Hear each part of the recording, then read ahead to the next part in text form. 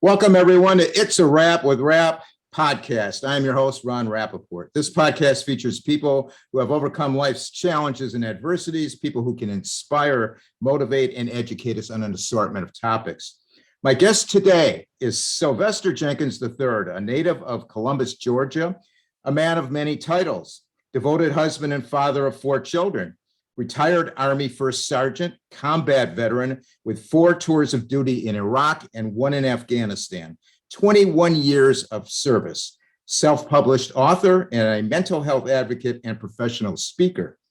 Sylvester has accomplished measurable results under extreme pressure while leading teams of multiple personnel in dynamic, fast-paced, and hostile environments. Sylvester is a recipient of multiple awards for outstanding performance and professionalism while in the military.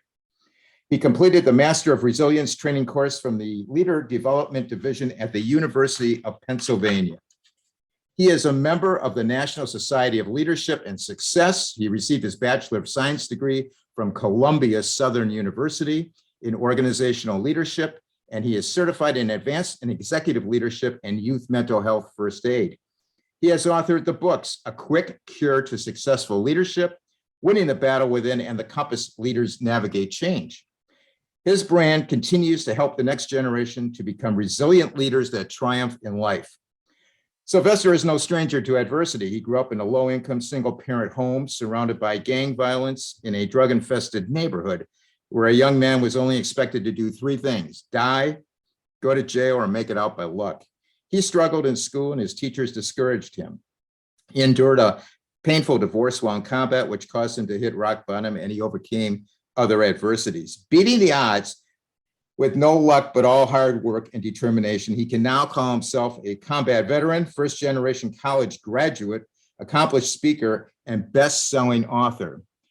Sylvester is a phenomenal author and speaker who has empowered numerous people by helping them reach their goals, both personally and professionally. Welcome, Sylvester, to the podcast.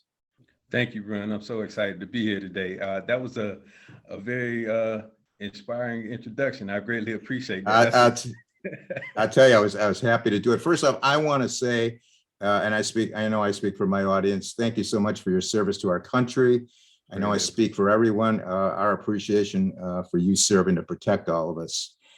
I'd like to start at the beginning. Sylvester, can you describe to us your early years growing up in Columbus, Georgia, your family, the neighborhood, and your school experience, and what state of mind were you in at that time? Absolutely. So I came from humble beginnings. Grew up in a single parent home, like you said. During that time frame, suffered a lot of hardships. My mother used to take us to work with her. She was a high school dropout. She worked at a mill for over 20 years, but during the time that she couldn't find childcare, she'd take us to work with her, and we'll sleep in the parking lot in the car where she worked at. Wow. So this was back in the 80s. So, it wasn't no social media or cell phone. You could get away with that now. You can't get away with that now. Right. And then, so you can just imagine how, like, we got with entertainment, me and my siblings. Just going through that, we felt like connected at the same time. It was kind of rough for us because we knew of the struggle. It was times where we went to bed hungry. It was times that we didn't have electricity or water. So it was a tough time for us as children, but we all stayed together. But just going through the motions of dealing with that, as school progress, just dealing with that identity issues as far as not having a male figure present in my life, and then not being able to show my emotions. So I suppressed a lot of pain that I dealt with because my mother was doing the best that she could to raise men, and it takes a man to really raise a man, in my opinion, or just to have that presence to know what a man truly is. So without it was kind of a struggle for me to just really find myself. So I dealt with a lot of those issues and started running with gangs, started doing drugs. And in the process of me doing that, hanging out with these individuals, I was just trying to find acceptance. I was just trying to find my personality and who I was. And I felt like they accepted me for who I was and what I did. But what I realized was that it was a bad choice for me after I got into multiple incidents as far as being in trouble. And then school, I failed multiple times in school.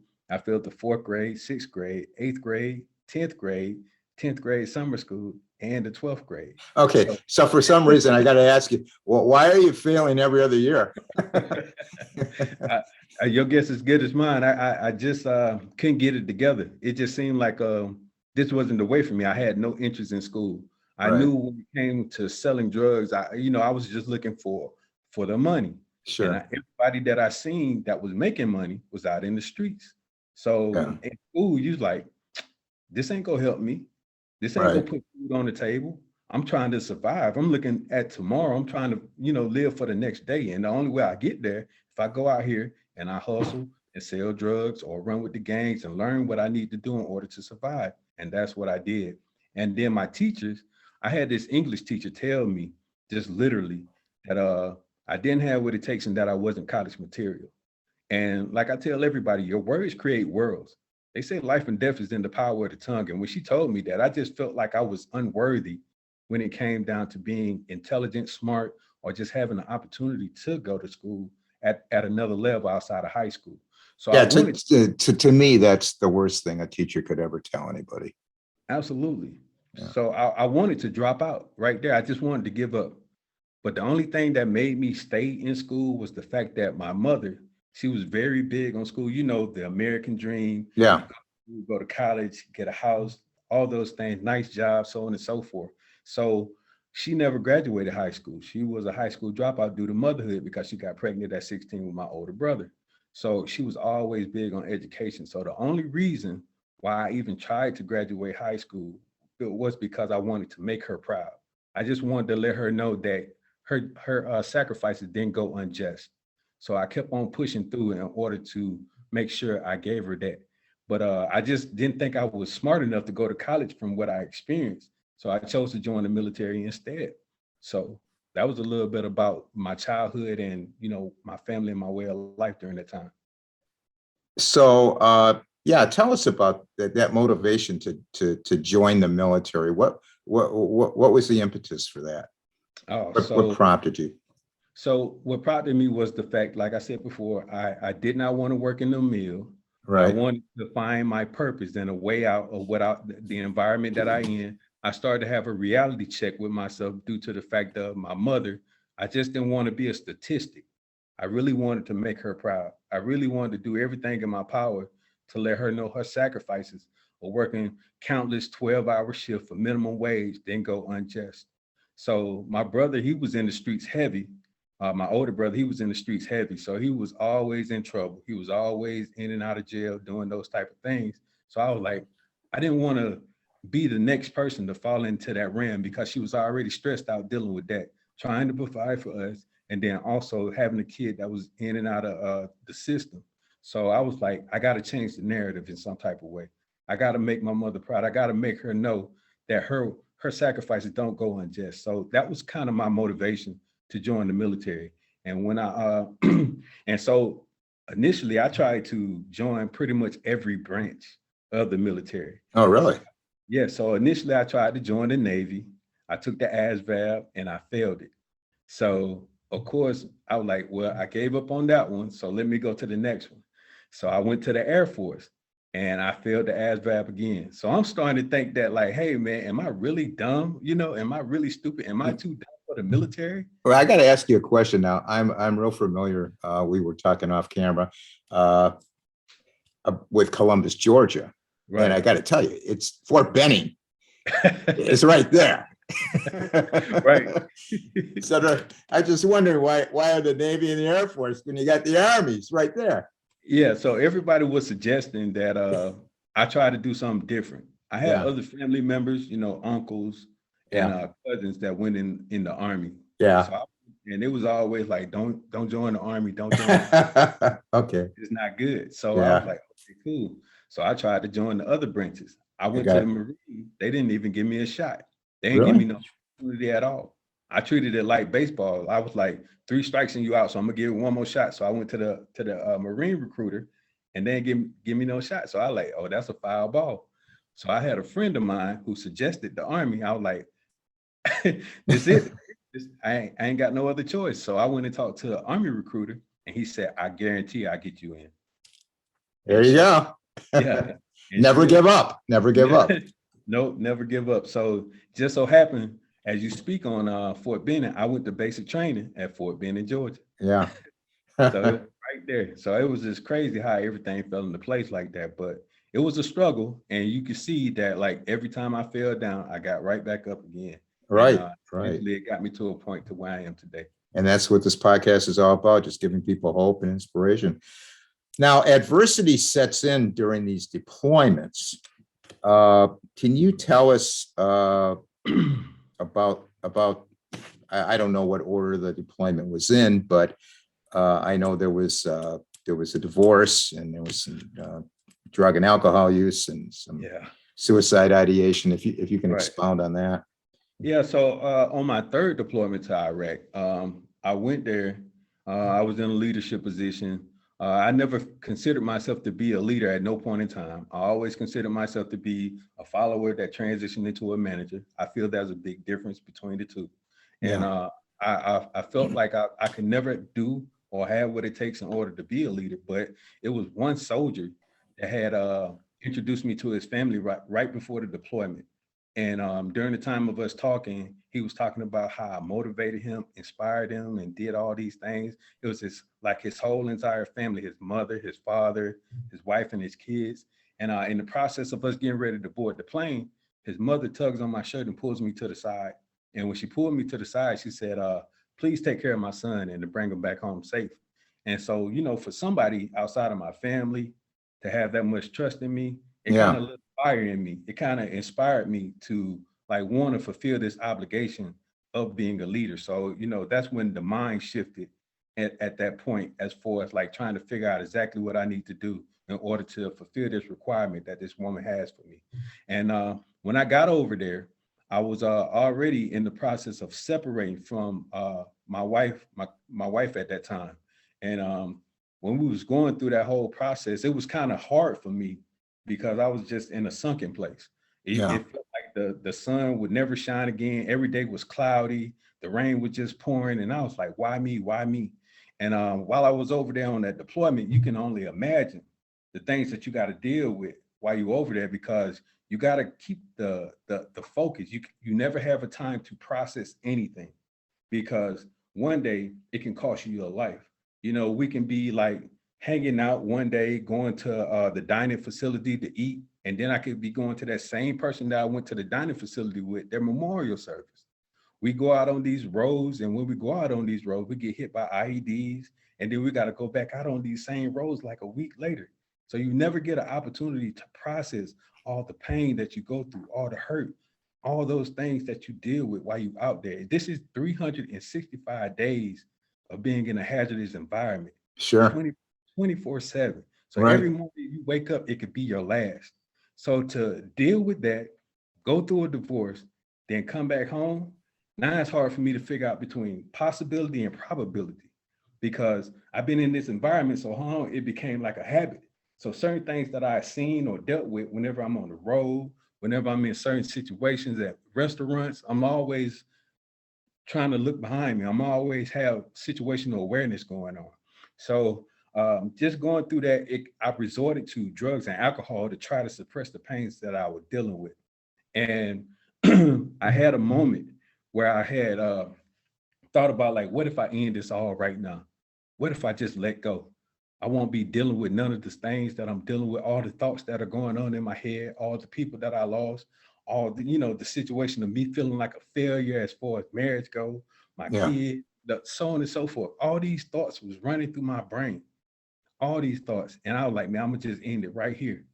And then the next thing you know, what happened was I received a phone call from my mother. And when I received this phone call from my mother, she told me that my son needed some Pampers. And this is how everything changed. She told me my son needed some Pampers because I was out and about, and she was staying with me during the time because she was watching. So I was out and about. She said my son needed some Pampers. And I was like, okay, I'm gonna get him some Pampers. She's like, he on his last one. She fussing. She on his last one, so I need you to hurry up. So at that time, I started thinking about it. Like, if I end my life right here, right now, my son would be a statistic just like I was. He'd end up in the same situation, growing up without his father. and I just repeat the cycle. I said, Yeah. I can't go out like that. I can't do that to him. He don't deserve that. And I need to do whatever it takes to be in his life.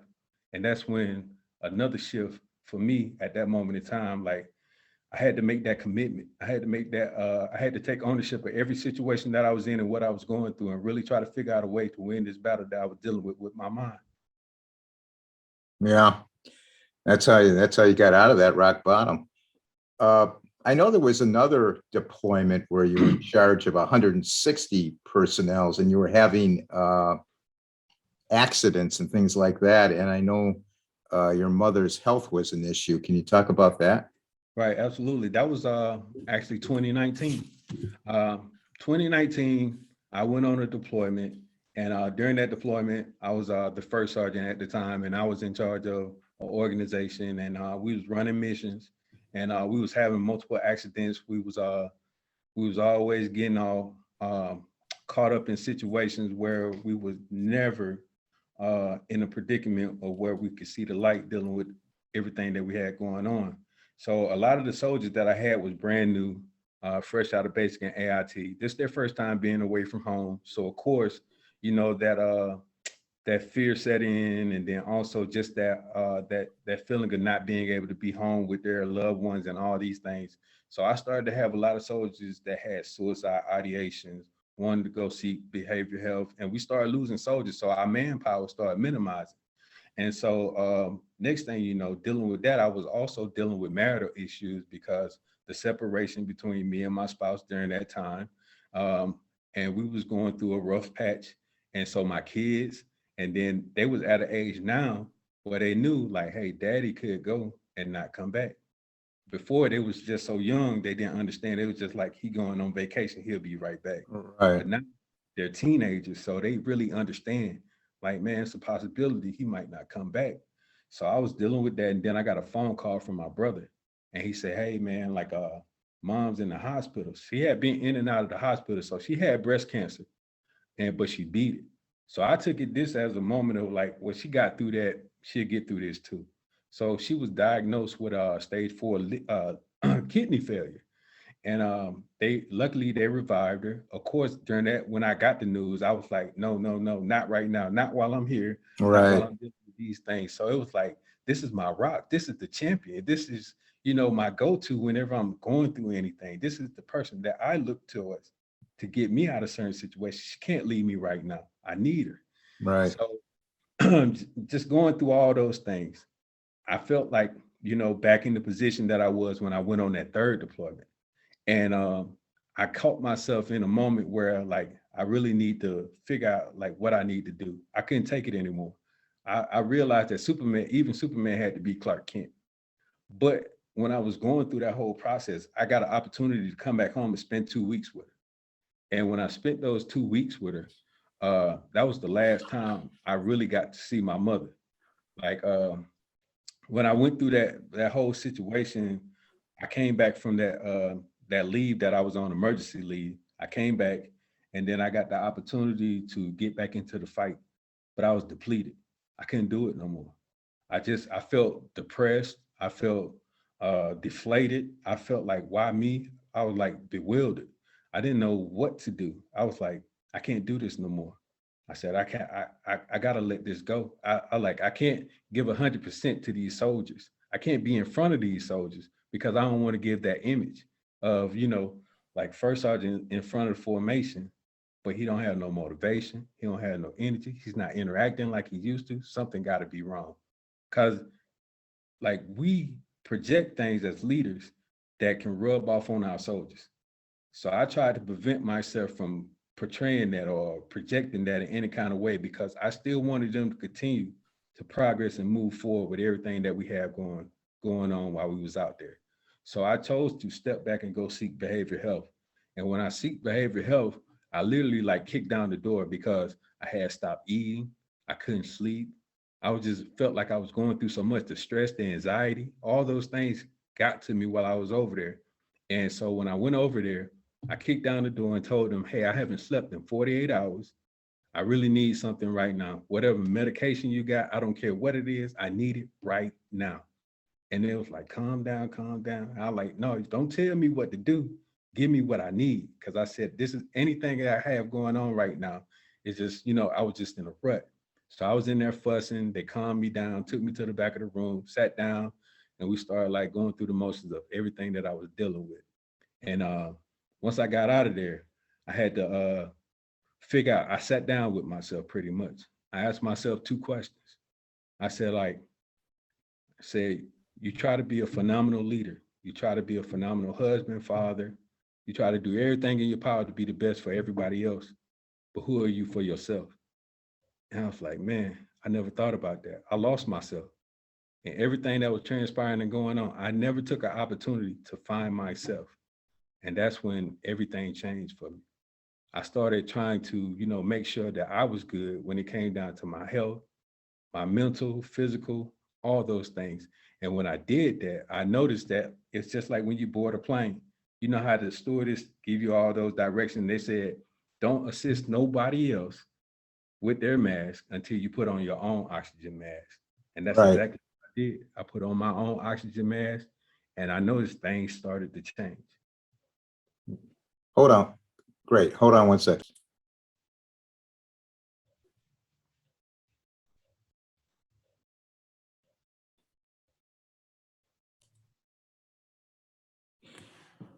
Sylvester, you won a lot of awards in the military. What was the impetus for you winning the awards and outperforming all the others? What do you attribute that to?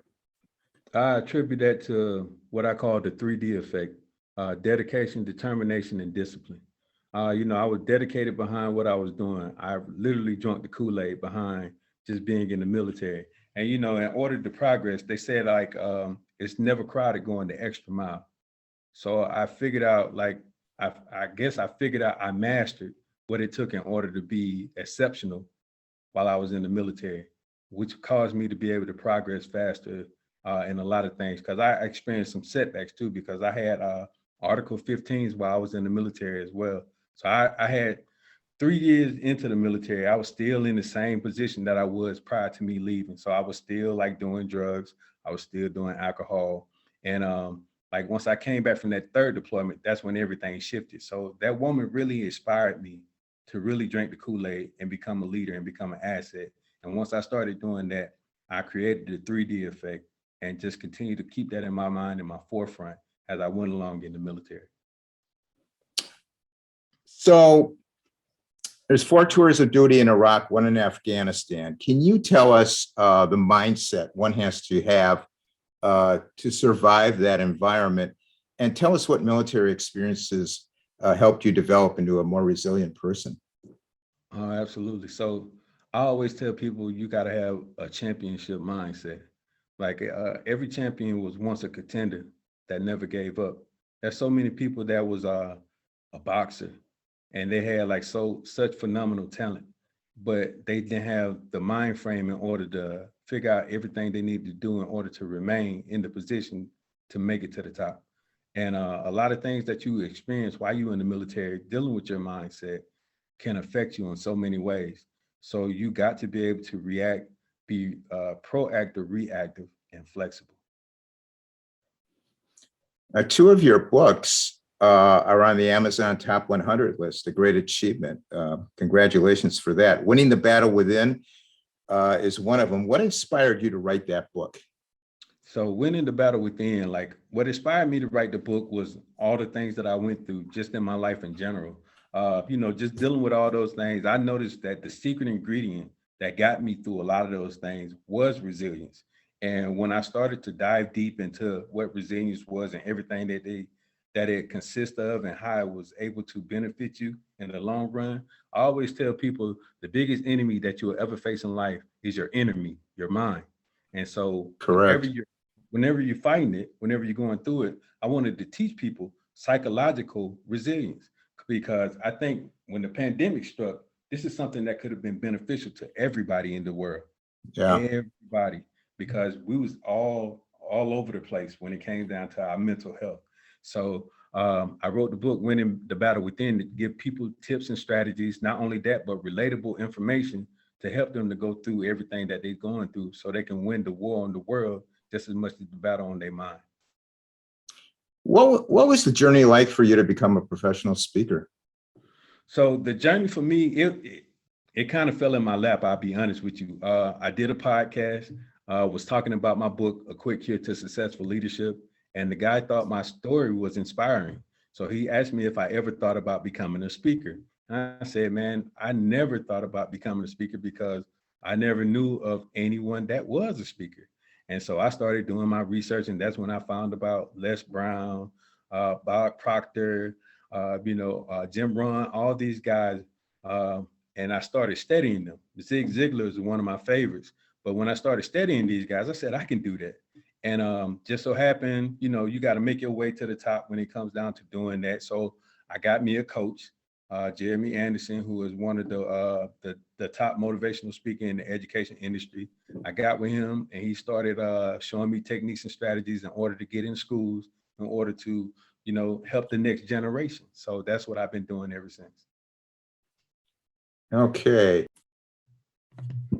So Sylvester, developing the next generation is what you profess on your social media posts, and your tagline is, I help the next generation to become resilient leaders that triumph in life. What is the importance of resilience to you? Absolutely. The importance of resilience to me is just simply, if I could give an analogy. So you got a car, right? Yep. So you drive a car pretty much every day. So I want you to think about driving this car down a dirt road or a messed up road that has potholes, speed bumps, and all these things on it, right? Right. When you hit these speed bumps or you hit these potholes, the shock absorbers on your car is resilience. Without those shock absorbers, whenever you hit those bumps, whenever you hit those potholes, it can be very excruciating. But once you have that resilience on there, those shock absorbers, you'll still get those bumps, those potholes, but the impact won't be as severe. That's the importance of resilience. That's a good way of putting it. That's an excellent way of putting it. You've also spoken about some of your lectures. I've seen GPS, goals, purpose, and strategy. Would you please share your thoughts and your work on this subject with us? Absolutely. So, like going back to a car, like how often do you use your GPS to get you to a destination that you've never been before? All the time. All the time, right? Right. So if we do that whenever we're going anywhere in this world, why we won't do that with our lives? Why we won't do that with our careers? So I developed this acronym called GPS in order to help people figure out, create a vision that gets results. It comes down to a point where, like, whenever you use your GPS to get you to those points or that destination, it's achievable, regardless of how you see it. Like if you look at a map and a goal has the same purpose. They provide direction. It's a destination on those maps, just like it is when it comes down to your goal. And when you look at this, you're like, okay, how can I get here? All right. So when you have a goal, when you know your goals and you understand your purpose and you have a strategy in order to achieve it, there's no reason why you can't reach your destination. This is why everybody needs a GPS in their life. That's a great way of putting it. Where Sylvester, does faith enter into overcoming adversity? Faith is one of the biggest things that you can ever have whenever it comes to dealing with adversity. I'm a Christian, I'm a believer, and I know that I'm God's greatest form of creation on this earth. And without him, I wouldn't be where I am today.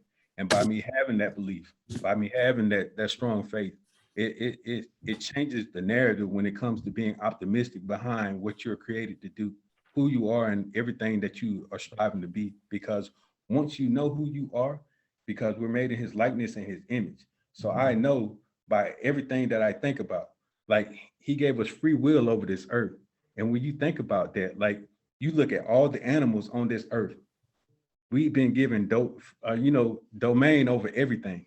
Right. Like when we literally think about that, like if you sit here and you don't get like motivated or inspired by thinking about, like, if a lion sees an eagle, he's not going to sit there and be like, I can fly just like that eagle. But man can. Us as humans can. We can fly planes, we can fly jets, we can think of all the things that we can do in order to create that in order to make that happen. So we can be in the sky just like those eagles are. We can soar just like they do. So if we're able to do this, why shouldn't we have a strong sense of faith in order to get us through those the troubling times that we might face when it comes to adversity? Well put. Can you talk about to our audience about investing in yourself? Absolutely. I heard a quote by Jim Rohn that says, if you work on a job, you'll make a living. But if you invest in yourself and work on yourself, you'll make a fortune. And when he said that, I thought about it. Like when you actually take the opportunity to focus on your personal and professional development, invest in yourself in doing that, whatever it takes, when it comes down to your spiritual, your physical, your mental, your social, all these things, when you focus on these things, you can't help but to escalate and grow behind the things that you're doing, which you invest in yourself. Sylvester, what are your thoughts on why we as people were put here to do what we were meant to do? In other words, why we were created for a purpose. Absolutely. So like I said before, everyone was created on purpose for a purpose, with a purpose. Right. Like when it comes to you being a servant on this earth, we're all put here to serve at some capacity. Like what you do right now, you're serving the people who lost the sense of motivation, who lost the sense of hope. They need inspiration. And by you doing what you're doing, you're fulfilling the purpose. You're fulfilling the requirement that God placed you on this earth to do. Regardless of what you're going through and got going on, it should give you a phenomenal feeling on the inside to be like, man, I'm making an impact. I'm doing what I'm served to do, a purpose to do on this earth. Absolutely. Love the feeling of I'm helping somebody. Exactly. I don't know how many I'm helping, but I'm helping somebody out there. Exactly. There's nobody on this earth that feels bad when they help someone. Right. Right. Now, you wrote the book, The Compass Leaders Navigate Change. Can you tell us about that book and why did you write it? Yes, sir. So when it came to me writing this book right here, it's mainly for aspiring managers to help them become phenomenal leaders. So like I said before, there's a difference between managers and leaders. Managers pretty much knows the job. A leader is somebody that influences people that are around them in order to become, they empower others to become leaders. Because like I said before, your purpose as a leader is to turn followers into leaders. And that's what leaders do. And this book helps though, they give them common tools that they can use in order to be that phenomenal leaders, to make an impact within their organization and be greater than where they were before. And I understand, like I said, two of your books are in the top 100 Amazon list, which is phenomenal. What words of wisdom can you give those out there listening to this podcast, struggling with their challenges to overcome them? What words of wisdom can you give them? So I'm gonna give them a quick tool that they can use in order to really get through those challenges that they might be dealing with at this moment in time. It sounds good. And so what they can do is a real quick and easy tool. They can write out everything that they're stressed and worried about. They write it down on paper. And then once you write it down on paper, start to put a line through everything that you can't control and focus on everything that you can control. And once you start knocking those things out, you'll build that confidence in order to push through and carry on through whatever mess that you're going through during that time. Wow, that's great advice. Now you're a mental health advocate. Can you tell us about your advocacy? Did the pandemic play a role in it? And any tips you can give our audience to get our mental health back to where it should be or where we want it to be? What can we do? Yes, so like May is Mental Health Awareness Month, so it's the perfect opportunity for anybody who doesn't know any information dealing with mental health to just go on social media, because you can even go to my page. I'm posting all kinds of tips and strategies that'll help you to have better advice when it comes to your mental health. But overall, mental health is wealth. Mental health is wealth. Is just as big as physical health, because everything starts in the mind. When we deal with these childhood adverse experiences, when we deal with trauma, when we go through all these things, everything starts with the mind first. And the best way we can do that is by focusing on the mind. And the pandemic had a lot to do with that, because I was at the end of my rope again at one point in my life, because I had retired from the military. So the steady paychecks that I was receiving had stopped. So I was going through financial hardship. I was on the verge of losing my house. My mother just passed away. I was still going through issues, dealing with my marriage, trying to fix everything, dealing with that. I was trying to reconnect with my kids. So it was just one thing after another. And my mental health was all over the place. And so I had to really reevaluate everything that I was experiencing and going through. And when I did that, I noticed it was something called the 3 R's. It was recognize, reflect, and release. Let me say that for you one more time. Recognize, reflect, and release. I recognized the situation that I was going through. And once I recognized it, I reflected on everything that transpired during that time. And I did exactly the strategy that I just gave you. And I started writing down everything that I was dealing with. And I started focusing on the things that I could control, and the things that I could not control, I focused on them a lot later.